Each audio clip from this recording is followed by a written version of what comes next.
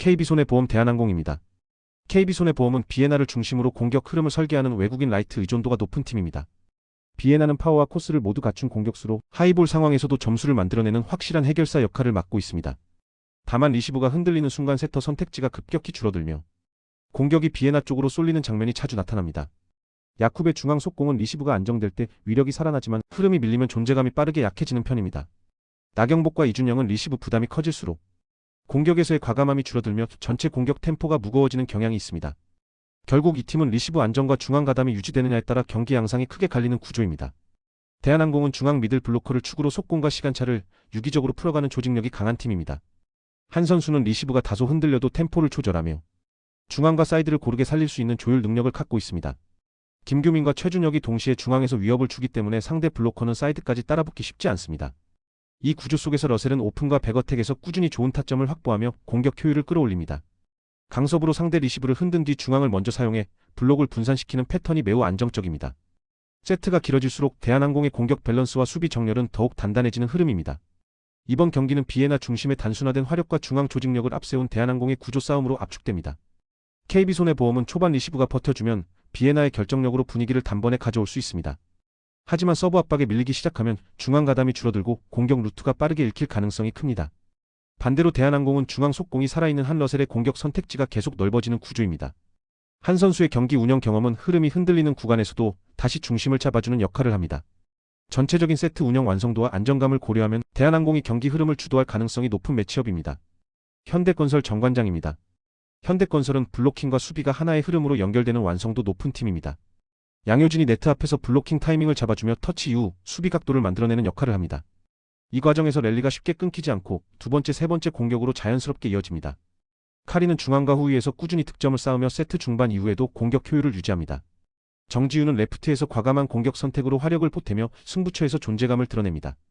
자스티스의 안정적인 리시브까지 더해지며 현대건설은 긴 랠리에서도 흔들리지 않는 구조를 갖췄습니다. 정관장은 자네테를 중심으로 한 라이트 강타의 공격 비중이 크게 실린 팀입니다.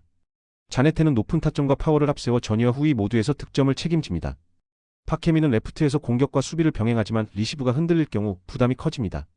리시브가 무너지면 세터 선택지가 줄어들며 자네테 쪽으로 공격이 몰리는 흐름이 잦습니다.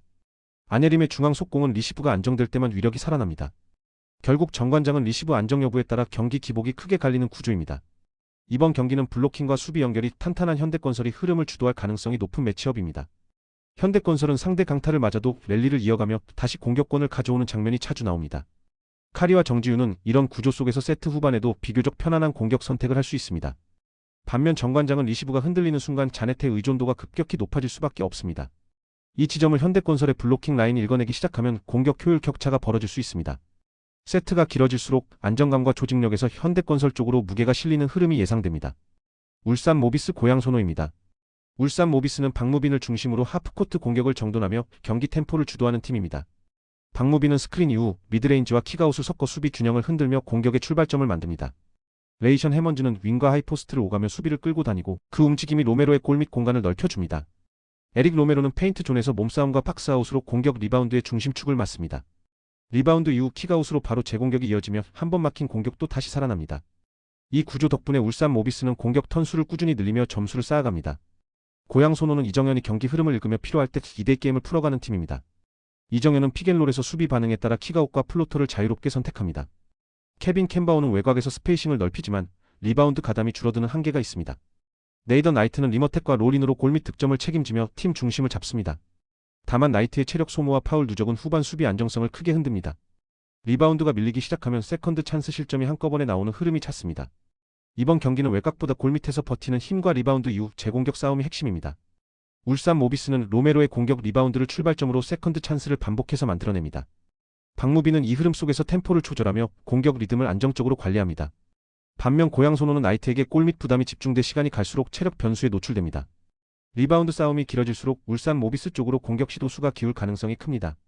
전체적인 에너지 싸움과 세컨드 찬스 구조에서는 울산 모비스가 한 발 앞선 구도입니다. 가스공사 KT 소닉붐입니다. 대구가스공사는 벨랑길의 스피드를 앞세워 초반 템포를 끌어올리는 팀입니다. 하이 피겔롤 이후 킥아웃 전개로 외곽 찬스를 만드는 장면이 자연스럽게 이어집니다.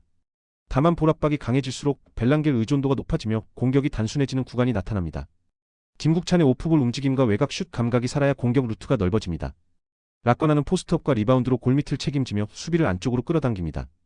결국 가스공사는 외곽 지원이 붙을 때 가장 안정적인 공격 흐름을 만듭니다.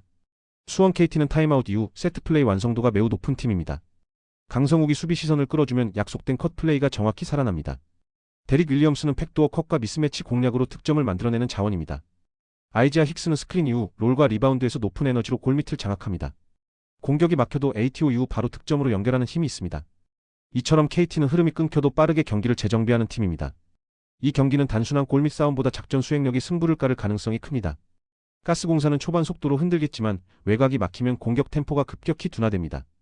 KT는 하프코트에서 세트를 하나씩 풀어내며 경기 결을 바꾸는 데 능합니다.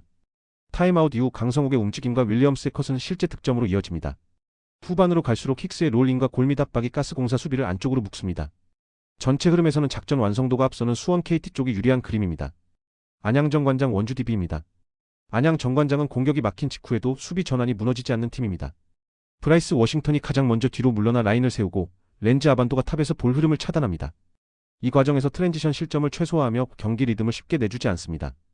김종규는 림 근처에서 수직 수비로 최종 관문 역할을 안정적으로 수행합니다. 공격에서도 스크린 기반 세트로 미스매치를 찾아가며 선택지가 단조롭지 않습니다. 공수 전환 완성도가 높은 밸런스형 팀이라는 평가가 어울립니다. 원주 DB는 알바노가 볼을 오래 쥐며 공격을 조율하는 구조입니다. 피겔롤이 막히는 순간 공격이 사이드로만 흐르며 정체되는 약점이 있습니다. 무스타파는 골밑에서 힘을 발휘하지만 더블팀 대응이 늦어지는 장면이 잦습니다. 공격 리바운드 가담은 적극적이지만 그만큼 수비 전환이 느려지는 리스크를 안고 갑니다. 외곽 로테이션이 한 박자 늦어지며 오픈 찬스를 허용하는 흐름도 반복됩니다. 강한 수비를 만날수록 후반 집중력이 흔들리는 팀입니다. 이 경기는 골밑 높이보다 공격 실패 이후 수비 전환 속도가 핵심입니다. 안양 정관장은 슛이 안 들어가도 즉시 수비로 돌아가 흐름을 끊어냅니다. 워싱턴과 아반도의 1차 정리가 알바노의 선택지를 빠르게 줄일 수 있습니다. 원주 DB는 알바노와 무스타파 조합이 막히는 순간 공격 리듬이 급격히 둔화됩니다. 후반으로 갈수록 턴오버와 난사 위험이 커질 수 있는 구조입니다. 전체적인 완성도에서는 안양 정관장이 승부처를 잡을 가능성이 더 높습니다. 감사합니다. 즐거운 크리스마스 되시길 바랍니다.